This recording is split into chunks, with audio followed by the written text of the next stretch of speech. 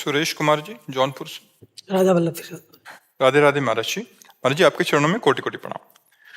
महाराज जी, श्री जी की कृपा से ये शरीर मिला है, लेकिन इस शरीर में भयानक रोग, कष्ट, बेचैनी, घबराहट, घर परिवार क्लेश कारण ये शरीर भजन करने में असमर्थ हो रहा है। महाराज जी, मेरा मार्गदर्शन करें कि ऐसी परिस्थिति में भी कैसे भजन करें। वैसे परिस्थिति तो कोई भजन से रोक नहीं सकती।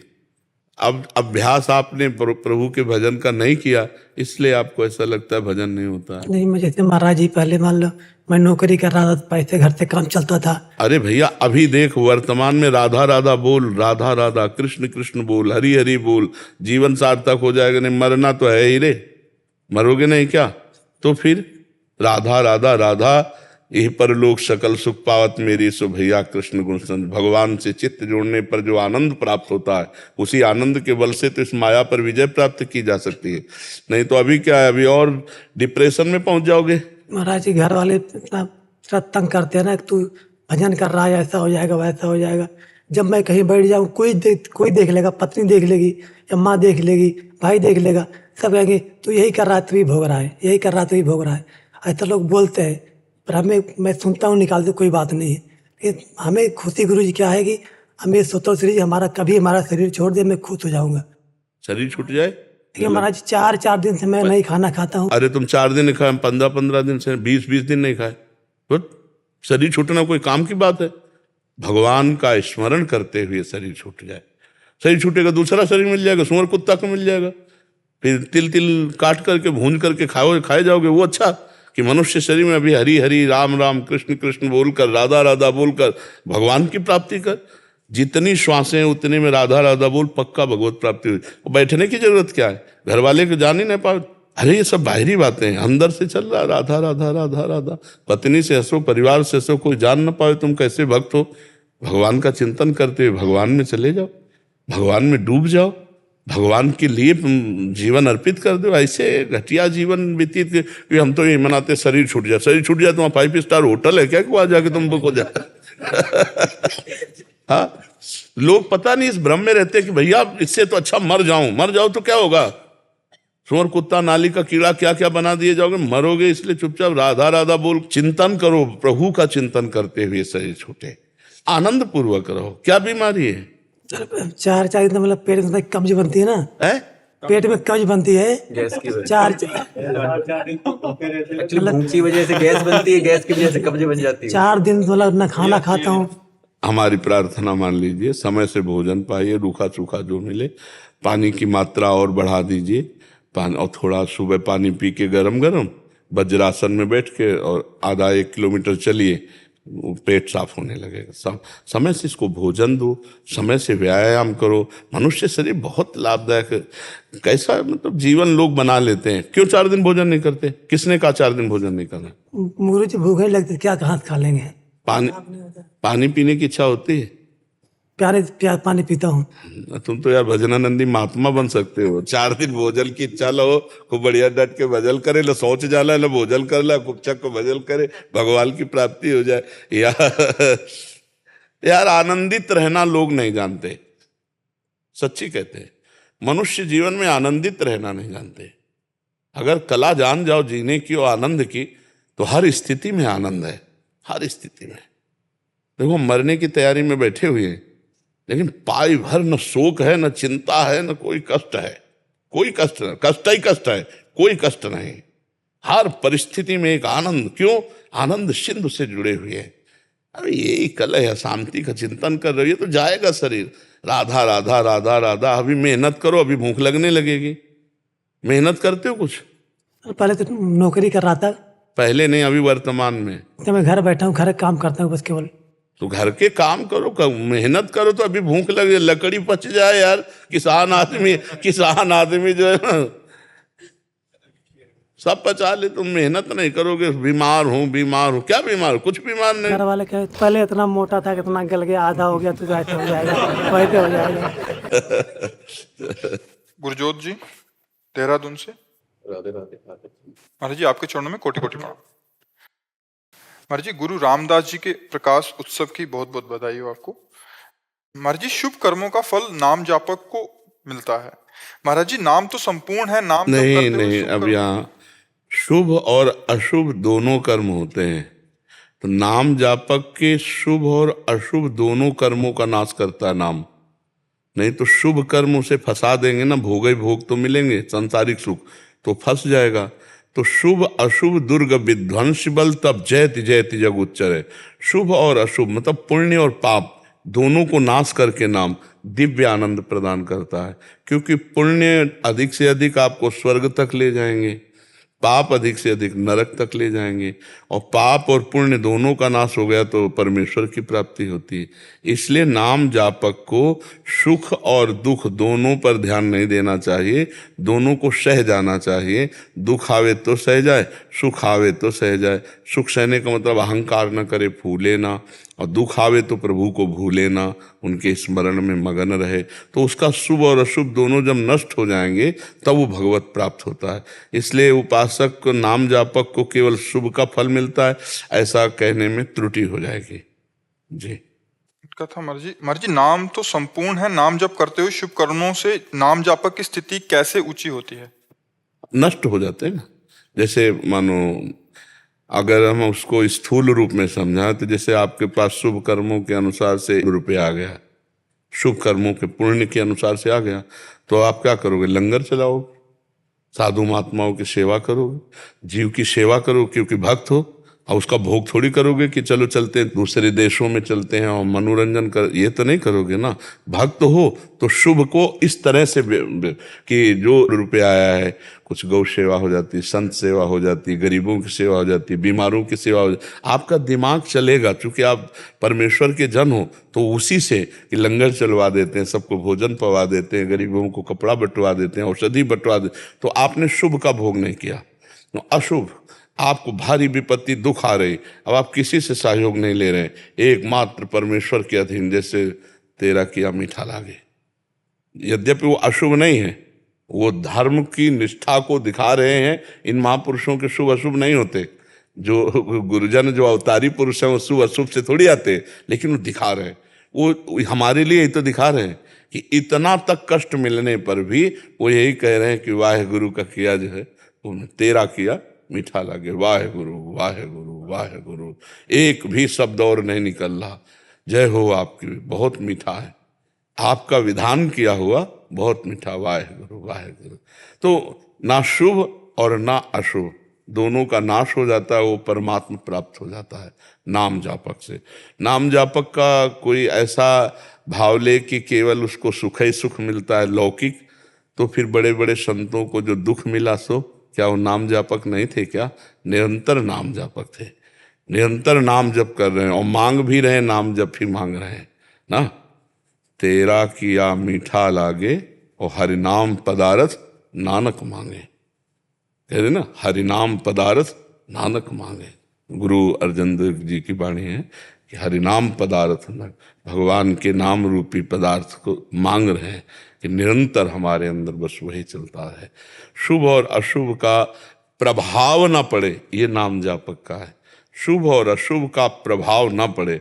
हमारे यहाँ आता है आचार्य के लिए, शरण निरापक पद रमित सकल अशुभ शुभ नंस देत सहज निश्चल भगत सुजय जय श्री हरिवंश।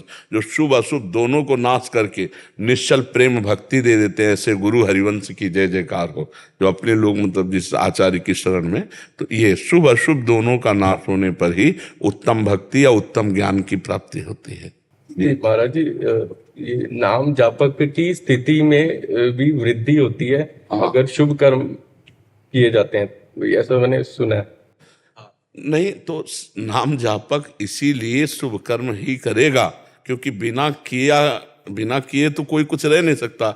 अब अशुभ कर्म रोकना है तो जो क्रिया का वेग है वो कैसे जाएगा? शुभ कर्मों में ही तो जाएगा। लेकिन वो नाम जब छोड़ के शुभ कर्म में नहीं लगेगा, नाम जब करते हुए जो शुभ कर्म हो जाए वो है। अगर शुभ कर्म की प्रधानता रहेगी तो नाम जब छूट जाएगा, और नाम जब शुभ अशुभ दोनों को मिटाता है तभी भगवत प्राप्ति होती है। अब जैसे हमें जीवन यापन करना है तो अब हम बोलना है तो चर्चा बोलनी है, करना है तो भागवतिक कार्य करने हैं, पाप कर्म तो करना नहीं। तो अब ये जो पुण्य कर्म हो रहे हैं इनसे हमारा कोई लेना देना नहीं। जो प्रणाम कर रहे हैं, जो भोजन दे रहे हैं, जो वस्त्र दे रहे हैं, वो सब ले रहे हैं हमारे पुण्य को। वो हमारे पुण्य को ले, ना हमारे पुण्य है ना पाप है। जो निंदा कर रहे हैं, जो अपमान कर रहे हैं, जो रोग आ रहा है, जो दुख भोग रहे हैं, इससे पाप नष्ट हो रहे हैं। जो प्रणाम कर रहे हैं, नमस्कार कर रहे हैं, वाह वाह कर रहे हैं, वो पुण्य ले रहे हैं, और हम पाप पुण्य दोनों से रहित होकर परमेश्वर को प्राप्त हो रहे हैं। तो कर्म तो शुभ ही करेगा ना, वो अशुभ कर्म कैसे कर सकता है? पर वो शुभ कर्म का कोई फलाकांक्षी नहीं होता कि इस कर्म का ये फल मिलेगा इसलिए कर रहा है। शुभ कर्म के फल का त्यागी होता है वो, क्योंकि वो बहुत बड़ा उसके पास है ना भगवदानंद। उससे शुभ कोई भी क्रिया वो आनंद नहीं दे सकती जो सुमिरन से आता है। इसीलिए आप गुरुवाणी जी में पढ़ करके, स्वाध्याय करके, मनन करके देखो, दो बातों का बहुत जोर से है। एक है नाम और दूसरा है साधु सेवा, साधु संग, संगति, साधु संगति, साधु सेवा, ये दो बातें बहुत जोर के। अब साधु सेवा से नाम में और प्रीति होगी, नाम जपने से साधुओं में श्रद्धा होगी, क्योंकि सब नाम जापक हैं। तो ये शुभ कर्म नहीं, ये गुणातीत कर्म है। शुभ और अशुभ दोनों से परे कर्म है ये। जो नाम जप है, जो साधु सेवा है, ये भगवत स्वरूप है, ये गुणातीत है। साधु सेवा करने वाला नाम जापक होगा ही, और नाम जप करने वाला साधु सेवा करेगा ही, और दोनों ये करने वाला भगवान को प्राप्त होगा ही, वो परमेश्वर को प्राप्त होगा। साधु सेवा और नाम जप, ये दो गुरुवाणी जी में बहुत जोर की बातें कही गई हैं।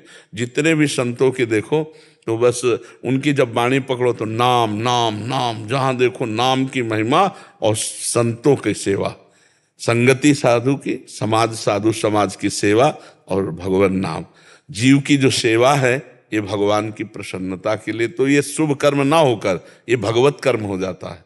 और जब हम अपनी वासना की पूर्ति के लिए कोई शुभ कर्म करते, दान पुण्य ये सब, वो कर्म बन जाता है, वो कर्म होता है शुभ कर्म।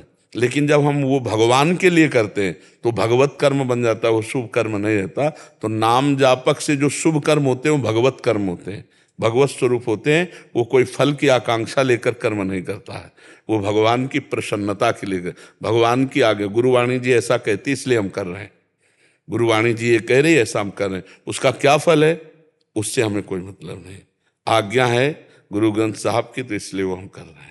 तो वो शुभ कर्म नहीं हुआ, वो भगवत कर्म हुआ।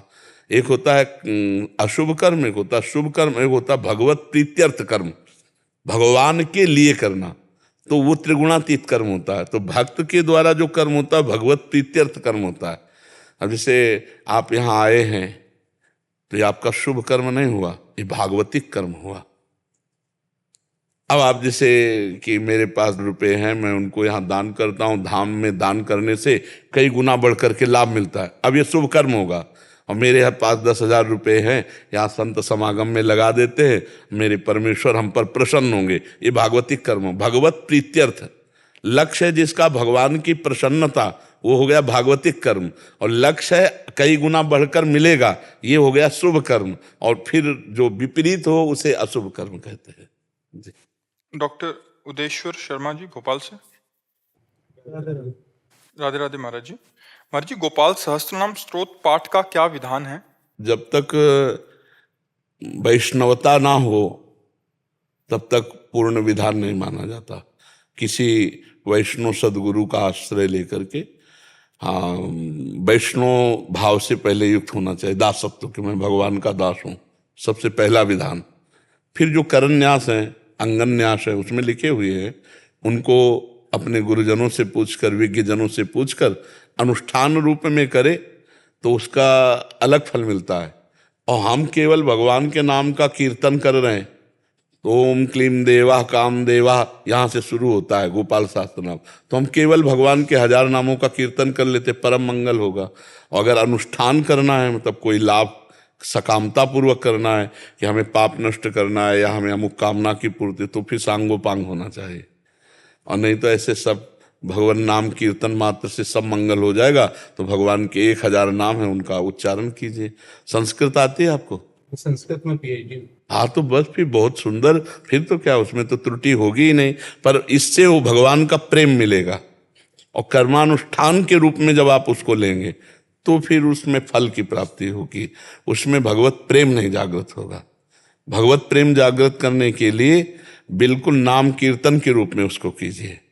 और जब हम कोई अनुष्ठान लेते, जैसे उसमें लिखा है कि गुरुपत्नीगामी हो, शराबी हो, गौ हत्यारा भी हो तो उसके पाप नष्ट हो जाते हैं। अब हम ये लक्ष्य लेकर के अगर अनुष्ठान करेंगे तो निश्चित पाप नष्ट हो जाएंगे, और जब हम ये लक्ष्य लेकर हमें भगवत प्रेम, तो पाप भी नष्ट हो जाएंगे और भगवान से प्रेम भी। तो करन्यास अंगन्यास ना करो तो भी कोई जरूरत नहीं, क्योंकि भगवान का नाम समर्थ, नाम संकीर्तनम यस्य सर्व पाप प्रणाशनम। हम भगवान के नाम का कीर्तन कर रहे हैं। जैसे विज्ञजन नहीं है, जिसको अंगन्यास करन्यास का ज्ञान नहीं है, तो सीधे यहीं से शुरू करें, ओम क्लीम देवा काम देवा काम बीज शिरोमणि। यहाँ से प्रथम श्लोक का पहली लाइन है और पूरा भगवान का 1000 नामों से युक्त स्तवन है। गायन कर बहुत आनंद मिलता है। भक्ता नाम भयंकरा, भक्त के भय का नाश करने वाले, भक्त अनुग्रह स्वरूप भगवान, भक्ताधीन मनः पूज्यो, भक्ताधीन भगवान है। कितने सुंदर सुंदर नाम भगवान के, उनमें अगर उनमें डूबे तो मतलब हृदय गदगद हो जाए। तो नाम भगवान का कीर्तन करके भगवत प्रेम, तो फिर वहीं से शुरू कर दे। अंगन्यास करन्यास इन सब का अपवित्रा पवित्र, इन सब की जरूरत नहीं है। इसी इस श्लोक का अर्थ देखो, अपवित्र पवित्रो वा सर्वावस्थांगतो पिवा या स्मृत पुंडरीकाक्षम सवायाभ्यंतर शुचि। बाह्य और अभ्यंतर दोनों से पवित्र हो जाता है भगवान कमल नयन श्री हरि का स्मरण करते ही। तो वैसे सकाम पुरुष के लिए अनुष्ठान अत्यंत आवश्यक है। पद्धति वो या किसी आचार्य से करावे या स्वयं करे तो वैसी पद्धति, और निष्काम पुरुष के लिए कोई पद्धति की जरूरत नहीं। वो भगवान नाम कीर्तन कर रहा है, इसी से उसके सब पाप नष्ट हो जाएंगे और भगवत प्रेम भी प्राप्त हो जाएगा। समझ पा रहे आप जी? स्वामी गुजेशानंद जी महाराज। जय जय श्री राधे महाराज जी। जय श्री राधे महाराज जी, आपके चरणों में कोटि कोटि प्रणाम। पूज्य महाराज जी, कई बार सत्संग करते करते भगवान की लीला का अच्छा चिंतन होने लगता है, लेकिन जब वो लीला अकेले में उपासना के समय चिंतन करते हैं तो वो आनंद नहीं आता। महाराज जी, इसका क्या कारण है? अंतःकरण अभी योग्य नहीं हुआ, अभी अंतःकरण योग्य नहीं हुआ। एकांत में तो साधक की परीक्षा है। साधक का एकांत में अंतःकरण किस स्थिति में रहता है। मान लो अभी हम आपके सामने भगवान की लीला गाएंगे तो सतोगुणी भाव आ जाएगा, रोना भी आ जाएगा। एकांत में क्या होता है? साधक की परीक्षा एकांत में है कि उसका अंतःकरण कैसा है। ठीक एकांत में उस समय होना चाहिए कि एकांत में अगर हमारा रुदन हो रहा है, एकांत में लीला चिंतन हो रहा है, तो अंतःकरण ठीक है। समाज में तो भाव आ ही जाएगा, और एकांत में भाव उस कोटि का नहीं आता तो अभी और हमें भजन की आवश्यकता है, अभी और साधना की आवश्यकता है। हाँ, एकांत जिसका पवित्र है, एकांत जिसका भगवत स्वरूप है, वही महात्मा परिपक्व अवस्था को प्राप्त हुआ है। एकांत गड़बड़ नहीं होना। समाज में तो सब ठीक है, समाज में तो हम पहन ओढ़ कर बड़े सावधानी से बैठेंगे क्योंकि हम साधु वेश में हैं, लेकिन एकांत हमारा कैसा रहता है? बस एकांत ही हमारे लिए सर्वोपरि है। हम जब समाज से अलग हैं तब हमारी दिनचर्या क्या है, तब हमारी रहनी क्या है। समाज में लोगों की दृष्टि में तो एक अलग भाव है, लेकिन जब कोई नहीं देख रहा है उस समय हमारी स्थिति क्या है, और वही स्थिति हमारी है। स्थिति हमारी वही है जो एकांत में है। समाज वाली स्थिति नहीं मानी जाती। समाज में तो अभी भाव आएगा, प्रभु चर्चा करेंगे तो वो सात्विक वातावरण है तो आंसू भी आ सकते हैं, लेकिन एकांत में आंसू आए तो स्थिति है, समाज में आए तो नहीं। केवल समाज वाले आंसुओं को स्थिति नहीं मानी जाएगी। केवल समाज में जब भगवत लीला करते तो भाव में भर जाते हैं, और एकांत में जब होते तो हमारी वो लीला या वो भाव नहीं होता। तो अभी हमारी स्थिति लीला में नहीं है, भाव में नहीं है। हमें खूब एकांत पवित्र करके भजन बढ़ाना है। एकांतिक हमारा भजन बढ़ना चाहिए। तो जा रहे हैं जी। रजनी देवी जी। महाराज जी, आपके चरणों में कोटि कोटि प्रणाम। गुरुदेव, जैसे कि आप कहते हैं कि जब हम गुरुदेव जी प्रदत्त मंत्र का जप करते हैं तो जीवन में कई अनुकूलताएं और प्रतिकूलताएं आती हैं, जिसमें कुछ सांसारिक तो कुछ आध्यात्मिक होती हैं। जैसे वो मंत्र से नहीं आती है, वो हमारे पूर्व निश्चित हैं। जैसे शरीर रचा गया तो कुछ शुभ और अशुभ से रचा गया, तो वो आएंगे। मंत्र जपो न जपो, जो मंत्र नहीं जपते उनकी प्रतिकूलता नहीं आती क्या? पापी पुरुष को अनुकूलता नहीं आती क्या? बढ़िया अनुकूलता, चकाचक चलता है। कभी कभी पाप करने वाला बड़ा सुखी देखा जाता है। क्यों? पूर्व का सुकृत काम कर रहा है। धर्मात्मा पुरुष दुखी देखा है। क्यों? पूर्व का दुष्कृत काम कर रहा है, पाप काम कर रहा है। भजन पाप और पुण्य दोनों को नष्ट करके समता प्रदान करता है, दुख और सुख में समान भाव प्रदान करता है। भजन परमानंद, भगवदानंद, प्रेमानंद ये प्रदान करता है। जो सम परमात्म स्वरूप है, वो सुख दुख नहीं है, तो पूर्व प्रारब्ध के अनुसार है। कभी कभी तुक्का लग गया कि भजन शुरू किया, बड़ी अनुकूलता आ गई, तो बोले भजन बहुत फलीभूत हो रहा है, हमारी बड़ी श्रद्धा है। तो ये श्रद्धा टिकाऊ नहीं है, क्योंकि अनुकूलता की श्रद्धा, जहाँ प्रतिकूलता है तो वहाँ श्रद्धा बिगड़ जाएगी। तो ये भजन की श्रद्धा नहीं। भजन की श्रद्धा अनुकूलता और प्रतिकूलता में समान, मान और अपमान में समान, दुख और सुख में समान, तब समझ में आएगा कि भजन की अनुकूलता है। समझ पा रहे सके? महाराज जी, इनका आगे है कि महाराज जी अपने पूज्यजनों के प्रति दोष होना भी इसमें हमारी प्रतिकूलता के ये मान रहे हैं उसको। गुरुदेव, उनमें से कुछ पूज्यजन व्यक्त रूप से होते हैं, परंतु कई परिस्थितियों के कारण हम उन तक नहीं पहुंच पाते, तो क्या गुरुदेव मन से या उनके सामने दूर से क्षमा याचना कर ली जाए तो? हाँ, बकाया जबान से निंदा ना होने पावे। मन में अगर किसी के प्रति दोष आ जाए तो क्रिया नहीं होनी चाहिए, वाणी के द्वारा क्रिया नहीं होनी चाहिए। अगर वाणी के द्वारा क्रिया होती तो फिर भारी अपराध बनने की संभावना है, फिर आपका भजन साधन सब रुक जाएगा। पर दोष दर्शन, पर निंदा, ये परमार्थ में बहुत बाधक है। तो हमें ऐसा विचार करना चाहिए कि भगवान जिसको जैसा चाह रहे वैसा चला रहे हैं, हमको कैसा चलना है ये हमें देखना है। हम बड़े महापुरुषों की या दूसरे साधकों की या संतों की स्थिति क्या जाने, क्योंकि हम जो देख पा रहे हैं वो अपनी ही दृष्टि से तो देख पा रहे हैं, जितनी हमारी दृष्टि है। हमारी बुद्धि छोटी है, प्राकृतिक है, तो वो प्राकृतिक बातें देख पा रही है। संतों की चिदानंद में स्थिति को क्या जाने। तो किसी भी बड़े महापुरुष के खान पान व्यवहार में दोष दर्शन हो सकता है, लेकिन उनकी स्थिति उससे बहुत परे होती है। एक संत थे, उनकी ऐसी स्थिति थी कि दिगंबर भी घूम रहे हैं, कोई उनको शुद्ध नहीं रहती शरीर की। और जब कोई लोग आते तो जैसे माता बहनें वैसे भी तो ऐसे बैठ जाते, पूछते, बच्चा तुम्हारे गाय है? बोले हाँ स्वामी। रबड़ी बहुत दिन से नहीं पाई, थोड़ी रबड़ी पवा दो। बच्चा तुम कढ़ी बना लेते हो? हाँ स्वामी जी। कढ़ी नहीं पाई बहुत देर। उनकी बातें सुनकर लगता कि अभी तो इंद्रियों में फंसे हैं, और स्थिति ऐसी थी ब्रह्मानंद में डूबे हुए। तो बाहरी जो व्यवहार बालकवत होता है महापुरुषों का, उसमें अज्ञानी जीव की दोष दृष्टि हो जाती है, उनकी बालवत चेष्टा होती है। जैसे बच्चे की चेष्टा क्यों, तो आप उत्तर नहीं, घरौंदा बनाया 2 मिनट में बिगाड़ा, चल दिया। उसे पूछो क्यों। जैसे हम लोग छोटे बच्चे थे तो बैलगाड़ी जैसे खेतों में जा रही तो बैठ करके आधी दूरी गए और फिर आधी दूरी पैदल आते थे, तो पूछो क्यों। अब उसका क्यों का क्या उत्तर, बच्चे हैं। तो ऐसे महापुरुषों की लीलाएं बालवत होती है, तो हम उनकी बालवत लीलाएं नहीं समझ सकते हैं।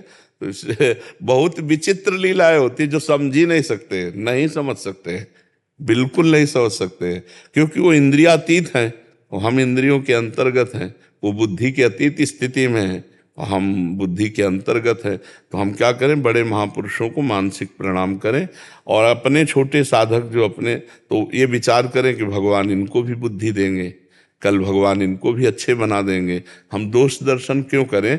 दोष दर्शन करने से कुछ हाथ नहीं लगता, अपना सुकृत नष्ट हो जाता है। पर निंदा के केते आवत नहीं कछु हाथ, मूर्ख पर्वत पाप को ले चल अपने साथ।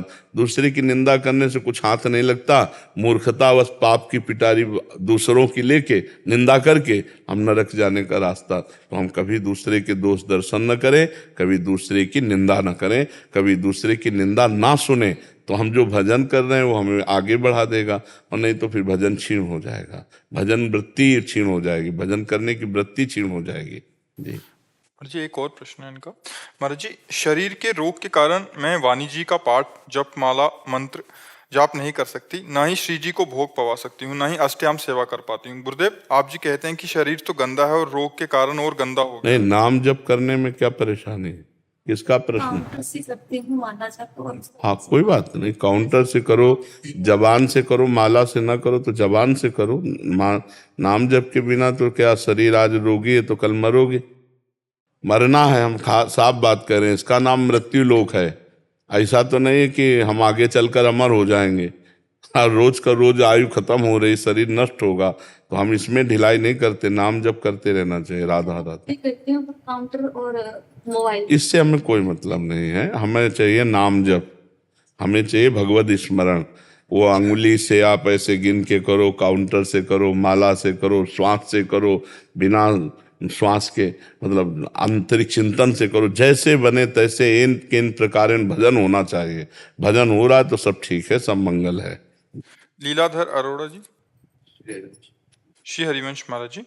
महाराज जी, सत्संग में सुना है कि साधक के मार्ग में देवता भी विघ्न पैदा करते हैं। असुर विघ्न पैदा करें तो कुछ समझ आता है, परंतु प्रभु के मार्ग पर देवताओं को जीव का संरक्षण देना चाहिए। इस कली काल में जीव पहले ही असमर्थ और साधन है। देवता ऐसे साधारण को नहीं करते हैं, जो असाधारण भजनानंदी हैं, तो उनको ये डर लगता है कि हमारे देवलोक का अधिकार न प्राप्त कर लें, क्योंकि तपशील पुरुष सब कुछ कर सकता है। जैसे विश्वामित्र जी नए स्वर्ग की रचना शुरू कर दिए थे, तो जब कोई तप करता है तो उनको भय लगता है बेमतलब।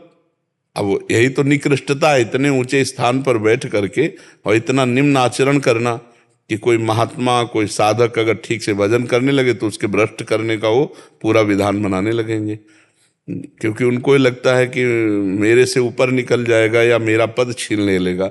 ईर्ष्या, देवताओं में भी ईर्ष्या। देवता कोई भगवान थोड़ी है, देवता कोई भगवान थोड़ी है, उनमें भी ईर्ष्या। देखो देवराज इंद्र कितना गंदा काम किए, गौतम ऋषि की पत्नी अहिल्या के साथ जाकर गौतम रूप धारण करके फिर 1000 भग का श्राप दे दिया गौतम ऋषि ने उनको, पुरंदर इंद्र जो इस समय वर्तमान में है। तो ये बहुत विचित्र भगवान की लीला है। इसीलिए देवता कोई खास वस्तु थोड़ी है, खास वस्तु तो श्री भगवान है, जिनके चरणों का आश्रय लेने से। पर विघ्न इसीलिए कि जैसे हमसे कोई आगे निकल रहा हो तो सब सह जाएगा। साधु महात्मा जो भगवत प्राप्त है उसकी बात अलग है।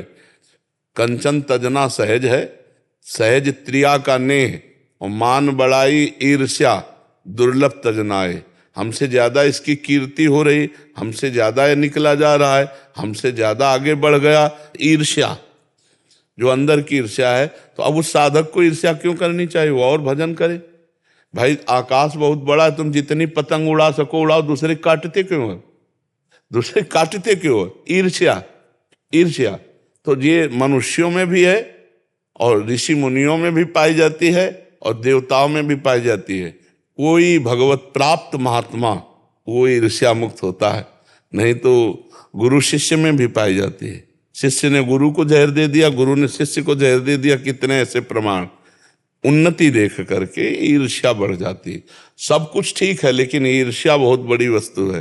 तो देवताओं में भी है ये, तो इसीलिए देवता भी विघ्न धारण कर उपस्थित कर देते हैं, जिससे साधक जो भगवान के आश्रित हैं तो सीम की चाप सके को तासु, बड़ रखवार रमापति जासु। जिसके रखवारे भगवान राम हैं, श्री हरि हैं, लक्ष्मीपति नारायण हैं, उसको कौन पराजित कर सकता है। करो सदा तिनके रखवारी, जिम बालक राखे महतारी। तो देवता लोग जो है कहीं ना कहीं ईर्ष्या आदि माया के दोषों से तो युक्त है। ये कोई ऐसा तो नहीं कि अब एक विमान में दूसरा चमकीला विमान और सुंदरी अप्सरा लिए जा रहा है, वो जल रहा है, वो जल रहा है। उसको देखकर आप देवलोक की जब बातें पढ़ो ना, तो जैसे मृत्युलोक है ऐसे देवलोक है। थोड़ा वो अच्छा, वहाँ व्यवस्था अच्छी है, बस अपने पुण्यों को भोगो फिर मृत्युलोक में आ जाओ। कोई अंतिम अवस्था थोड़ी देवलोक, कोई अच्छी अवस्था थोड़ी है। आ ब्रह्म भुवनान लोकान पुनरावर्तिनो अर्जुन। ब्रह्मलोक तक, यहाँ से लेकर ब्रह्मलोक तक सब आना जाना है। जो भगवत प्राप्त हो गया वही सर्वदोष रहित हो पाता, नहीं तो बड़ा कठिन है। प्रवचन करना अलग बात है, ईर्ष्या मिटाना अलग बात है। ईर्ष्या बहुत बड़ी होती है। सब सही है लेकिन ईर्ष्या से तभी का मान बढ़ाई, ईर्ष्या दुर्लभ तजनाए। तो ये देवताओं में भी पाई जाती है, इसलिए उनको सहयोग तो भगवान और भगवान के प्रेमी जन करते हैं। भगवान के प्रेमी भक्त, और कोई परमार्थ में सहयोग करने वाला नहीं। तुम तुम्हार सेवक असुरारी, स्वार्थ रहित जग जुग उपकारी, तुम तुम्हार सेवक असुरारी। इस संसार में स्वार्थ रहित उपकार करने वाले दो ही, एक भगवान और एक भगवान का प्रेमी भक्त। वही प्रेमी महात्मा, वो जगत का उपकार करेगा। और जहाँ ईर्ष्या है, द्वेष है, स्वार्थ है, घमंड है, वहाँ परोपकार की भावना नहीं रहती। इसीलिए कह दिया गोस्वामी तुलसीदास जी ने कि स्वार्थ लागी करे सब प्रीति, सुर माने देवता, नर माने मनुष्य, मुनि देखो मुनि माने मननशील महात्मा, स्वार्थ लागी करे सब प्रीति, सुर नर मुनि सब ही की रीति। बोले सब बस स्वार्थ रहित जग जुग उपकारी, तुम तुम्हार सेवक असुरारी। आप और आपके भक्त ये दो ही स्वार्थ रहित है, नहीं तो सब स्वार्थ के अंतर्गत पाया गया। समझ पाया जी? बाबा ये कहना चाह रहा हूँ कि जैसे आपने जब ये बात कही कि सांसारिक कार्य करते हुए भी नाम जप आप करें, तो क्या होता है कि जैसे हम, आपने बोला कि सारा काम अपना निष्ठा से करें, जैसे दीदी ने बोला पढ़ाई के लिए, तो उस समय क्या होता है कि जब हम अपना कोई भी कार्य कर रहे हैं तो नाम जब बिल्कुल विस्मृत हो जाता है बाबा, तो ऐसी स्थिति में दोष लग रहा है क्या? आप अभी सुना हमने कहा 10-5 मिनट में एक बार राधा बोल दो, लेकिन यहाँ मैंने आपसे ही सुना है कि प्रयास करो कि श्वास श्वास नाम जप हो। ये देखो अलग अलग विद्यार्थी, नहीं अलग अलग विद्यार्थी के लिए है। अब जैसे पीएचडी के विद्यार्थी का अलग, वो और क्लास 1 के विद्यार्थी का अलग। अब जैसे आप जो यहाँ प्रश्न कर रहे हैं क्लास 1 की बात है, वहाँ जो श्वास श्वास पर बात है, उस समय सामने वो बैठा हुआ परमार्थ का वो प्रतीक है जो केवल आग लगी हुई है भगवत प्राप्ति की। उसके तद्विस्मरणेन परम व्याकुलतेति, तदर्पिता अखिलाचारिता तद्विस्मरणेन परम व्याकुलतेति। एक भी सेकंड के लिए विस्मरण हो जाने पर ऐसी व्याकुलता पैदा हो जाए जैसे मछली को जल से अलग करने पर प्राण त्यागने के लिए। वो बात आपको उपदेश नहीं कर सकते, क्योंकि आपके लिए उपदेश है कि 10-5 मिनट में कभी एक बार याद आ गया राधा। बाबा ने कहा था कि 10 मिनट में सही, तो राधा बस फिर शुरू कर दिया और पूरे समय को भगवान को अर्पित कर दिया। तो उसको कहते हैं कर्म समर्पण। ये तो सर्वाणि कर्माणि मयि सन्न्यस्य मत्पराः अनन्ये नैव योगेन माम ध्यायन्तु उपासते तेषाम् अहं समुद्धरता मृत्यु संसार सागरात्। श्री भगवान कह रहे जो सारे कर्म मेरे को अर्पित करके अनन्य भाव से मेरा आश्रय लेता है, उसका मैं उद्धार करता हूं। तो ये भजन ही हो जाएगा, ये भजन ही हो जाएगा। एक किसान अपनी मेहनत से कमाता है, बीच बीच में भगवान का नाम जप करता है, पर कर्म समर्पण जरूर करे और समय को भगवान को समर्पित कर देता है। वो एक साधु है, एक अधिकारी, एक व्यापारी, एक डॉक्टर, एक मास्टर, सब अपने अपनी मर्यादा के अनुसार कार्य करते हैं, धर्म पूर्वक करते हैं, वो सब महात्मा है। लेकिन अपनी मर्यादा से हट करके जो अधर्माचरण, घूस लेना, इधर उधर के ये सब अधर्माचरण, ये फिर भगवत प्राप्ति नहीं होगी। सतकरतार सिंह जी, धन गुरु नानक देव जी महाराज जी, राधे राधे। महाराज जी, हमने अपने महाराज जी के दर्शन नहीं किए, पर आपके वचनों से उनके दर्शन होते हैं। महाराज जी, आपका कोटि कोटि शुक्राना। महाराज जी, प्रश्न यह है कि वो कौन सी स्थिति होती है जब हम निराकार रूप को, मतलब रूप में दर्शन करते हैं? देखो, जो आपका स्वरूप है वो आकार रहित है।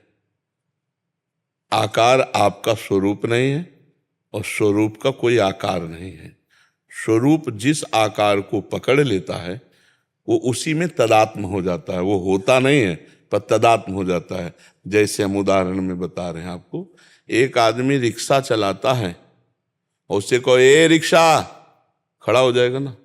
क्या वो रिक्शा है क्या? उसने रिक्शा पर तदात्म कर लिया, तो ए रिक्शा कहने से खड़ा हो गया। कुछ दिन बाद उसने फिर टैक्सी खरीद ली, अब उससे कहो ए रिक्शा तो नहीं खड़ा होगा, उससे कहो ए टैक्सी, वो खड़ा हो जाएगा। वो टैक्सी है क्या? नहीं, टैक्सी में तदात्म कर लिया। तदात्म का मतलब समझते हैं ना, तन्मयता। तो ऐसे ही हमने इस आकार पे तन्मयता कर ली तो पुरुष, इस आकार में कर ली तो स्त्री। 83,99,999 योनियां और भी हैं मनुष्य योनि के अलावा। जहां जहां आकार में तदात्म कर लिया, वो उसी तदात्मता के कारण अपने को समझता वस्तुता वो निराकार है। आत्मा का कोई आकार है क्या?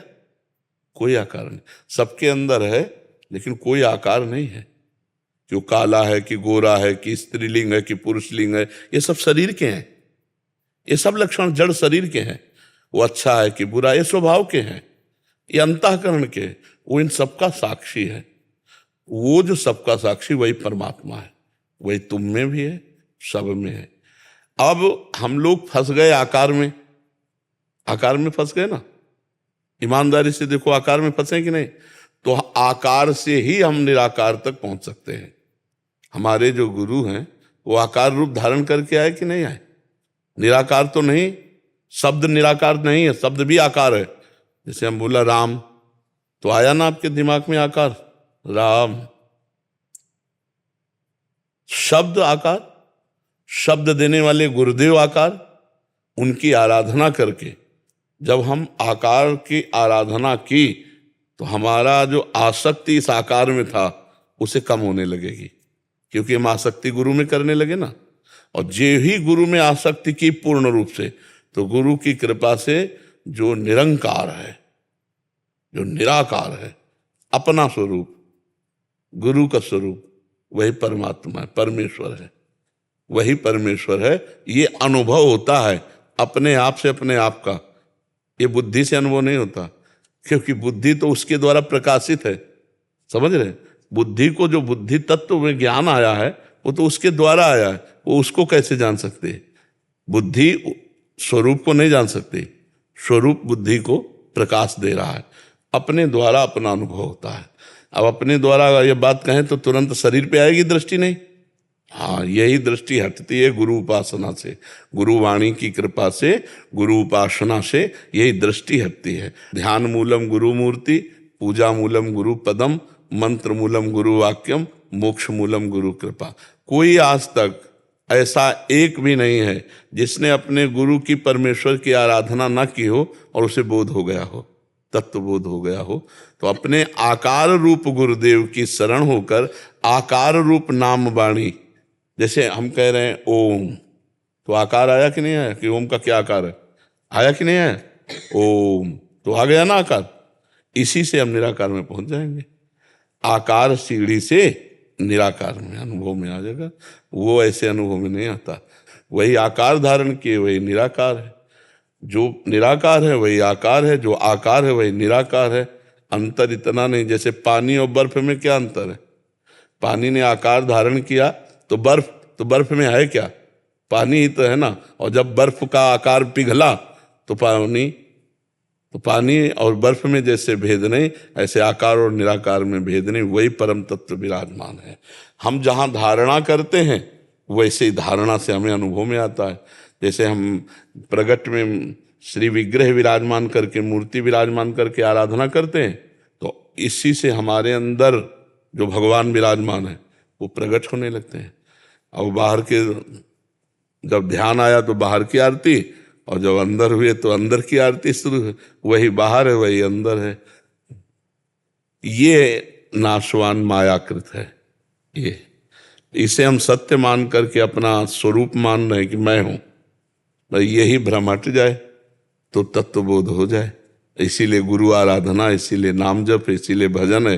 धीरे धीरे अज्ञान मलिनता हटे और ज्ञान प्रकाश आवे तो हम देख पावे कि हम शरीर नहीं है, हम मन नहीं है, हम बुद्धि नहीं है, हम स्वभाव नहीं है, हम परमात्मा स्वरूप है, परमेश्वर स्वरूप है। समझ रहे जी? साक्षी जी हरिद्वार से। राधे राधे। जी महाराज जी, आपके चरणों में कोटि कोटि प्रणाम। महाराज जी, आप कहते हैं कि जो भी कार्य करें अभ्यास पूर्व रहें, चाहे पढ़ाई करें या व्यापार करें। गुरुदेव, कभी कभी अभ्यासरत रहने के लिए सत्संग का समय निकल जाता है। गुरुदेव मार्गदर्शन करें कि उस समय किसको मानता दें, कर्म को या सत्संग या नाम जप को? नहीं, जैसे आप पढ़ाई पढ़ रहे हो तो उस समय आपको पूरी एकाग्रता पढ़ाई पे देनी है, क्योंकि वो भी भगवान की एक पूजा है। जैसे हम भगवान की पूजा करते हैं ना, अलग अलग भगवान को भोग लगाते हैं, भगवान की आरती करते हैं, तो ये पूजा है ना अलग अलग। तो ऐसे विद्या अध्ययन अपना कर्तव्य है। तो उस समय हम जब विद्या अध्ययन करने जा रहे हैं तो भगवान को नमस्कार करके पूरी एकाग्रता, अगर हम पूरी एकाग्रता नहीं देंगे तो उसमें हम असफल हो जाएंगे, हमारी पूजा असफल मानी जाएगी। हम जिस डिपार्टमेंट में जो कार्य कर रहे हो पूरी एकाग्रता से, ईमानदारी से करें। बीच बीच में भगवान का स्मरण करते हैं। जैसे हम 5-10 मिनट में एक बार बोल लिया राधा, अब क्या परेशानी है? कलम रोकी राधा, और 2 घंटे 4 घंटे 8 घंटे जो भी कार्य किया या पढ़ाई की, बाद में भगवान के चरणों में वो कर्म अर्पित कर दिया। उसे कर्म समर्पण योग कहते हैं। हे प्रभु, 6 घंटे से ये जो हम पढ़ाई कर्म कर रहे थे, इसमें जो भी त्रुटि हुई हो और आपका जो भी विस्मरण हुआ हो, वो सब समय आपके चरणों में समर्पित। आपकी आध्यात्मिक उन्नति पक्का, आप आध्यात्मिक यात्रा कर रहे हैं। जब युद्ध अध्यात्म हो सकता है तो और क्या बकाया रहेगा। युद्ध में तो गला काटना है ना। भगवान करे मां मनुस्मर युद्ध च, मेरा स्मरण करते हुए युद्ध कर। तो अपने लोग बिल्कुल मतलब 2 डिपार्टमेंट कर लिए, एक भगवान का डिपार्टमेंट और एक संसार का डिपार्टमेंट। इसलिए हम परेशान हो जाते हैं। अगर हम भगवान और संसार को एक कर लें तो समस्या न रह जाए। और एक ही है, दूसरा कोई है ले, उसी का खेल है और सबकी जिम्मेवारी है अपने अपने कर्तव्य का पालन। कोई किसी की बहन है, कोई किसी की बेटी है, कोई किसी की पत्नी है, कोई किसी की माँ है। सबका अलग अलग कर्तव्य है और एक ही शरीर से कई कर्तव्यों का पालन करना है। इन कर्तव्यों का ठीक ठीक पालन कर लेने का मतलब है भगवान की आराधना। दूसरे से सुख ना चाहते हुए हम अपने कर्तव्य का दूसरे के प्रति पालन करें, ये भगवान की आराधना हो जाएगी। आप हर समय प्रसन्न रहेंगे यदि भगवत आराधना में रहेंगे। भगवत आराधना का मतलब केवल माला चलाना ही नहीं है, अपने कर्तव्य का सांगोपांग पालन करना है। गुरुदेव, जैसे मैंने अभी सीए की पढ़ाई पूरी करी और मैं व्यापार शुरू कर रही हूँ, तो उसकी वजह से जैसे आपने कहा अभ्यासरत रहो, तो रात तक लेट तक काम करना पड़ता है अपना सब कुछ।